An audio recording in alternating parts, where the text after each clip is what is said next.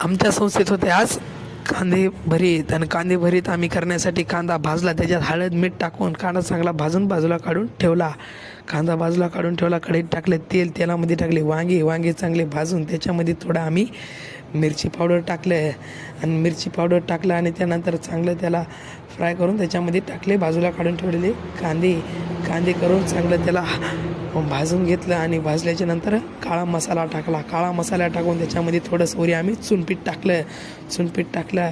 नंतर लगेच आम्ही शेंगदाण्याचा कूट देखील टाकला. शेंगदाण्याचा कूट टाकून चांगलं भाजून घेतलं. आणि चांगलं भाजल्याच्या नंतर त्याच्यामध्ये अशी चव दिसायला चांगलं होतं, मग कमी पडून म्हणून आम्ही पाणी टाकलं. त्याच्यात कोथिंबीर टाकलेली पाहून आमच्या तोंडाला पाणी सुटलं होतं. म्हणून मी पाणी पित बसलो. आणि मला तहान लागली, मी पाणी पित बसलो. आणि पाणी पिता अण्णा श्रीकांत काहीतरी बोलत होते. मी त्यांच्याकडे पाहून महाराज आले की लगेच बंद केलं.